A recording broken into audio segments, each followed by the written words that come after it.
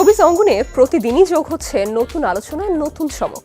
ব্যক্তিজীবনের সুখবর থেকে শুরু করে আন্তর্জাতিক স্বীকৃতি, পারিশ্রমিক বিতর্ক কিংবা নতুন গানের প্রকাশ, সব মিলিয়ে আজকের টুকরো খবর সাজানো হয়েছে এমনই কয়েকটি আলোচিত ঘটনা নিয়ে।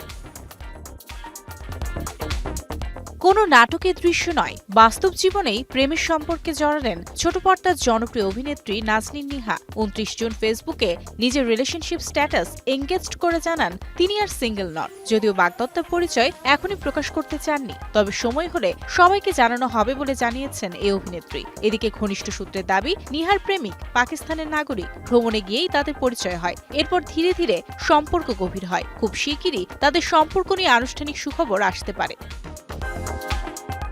দেশীয় আন্তর্জাতিক চলচ্চিত্র উৎসবে প্রশংসা কুড়ানোর পর এবার বাংলাদেশের সিনেমা দেরুপি মুগ্ধ করল বলিউডের খ্যাতিমান নির্মাতা অনুরাগ কাশ্যপকেও। রিভিউ প্ল্যাটফর্ম লেটারবক্সে সিনেমাটি প্রশংসা করে তিনি লিখেছেন, ক্ষমতার রাজনীতি ও সাধারণ মানুষের জীবনের বাস্তবতাকে দেলুপি অত্যন্ত মানবিক ও হৃদয়ছোঁয়া উপায়ে তুলে ধরেছে। তার মতে, সিনেমার গল্প এতটাই জীবন্ত যে মনে হয় যেন নিজেরই পাশের গ্রামের গল্প দেখছেন। অনুরাগের এমন প্রশংসায় আবেগাপ্লুত নির্মাতা মোহাম্মদ তাওকির ইসলাম।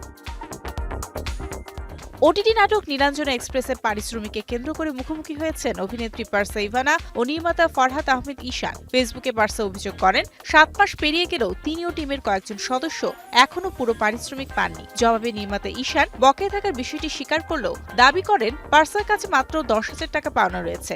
অধিকাংশ সদস্যের পারিশ্রমিক ইতোমধ্যে পরিশোধ করা হয়েছে। একই সঙ্গে তিনি অভিযোগ করেন, পারসা তাকে ইন্ডাস্ট্রিতে কাজ করতে না দেওয়ার হুমকি দিয়েছেন এবং ব্যক্তিগত মোবাইল নম্বর প্রকাশ করায় তিনি হয়রানির শিকার হচ্ছেন।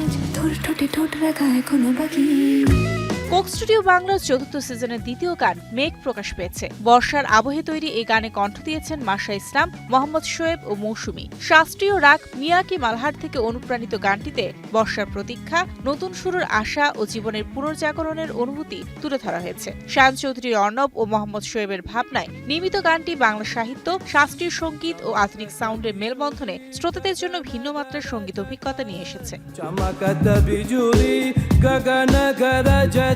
এভাবেই প্রতিদিনের শোবিজের আলোচিত গুরুত্বপূর্ণ সব খবরে চোখ রাখছি আমরা। নতুন খবর ও বিনোদনের আরও আপডেট নিয়ে আবারও দেখা হবে পরবর্তী পর্বে।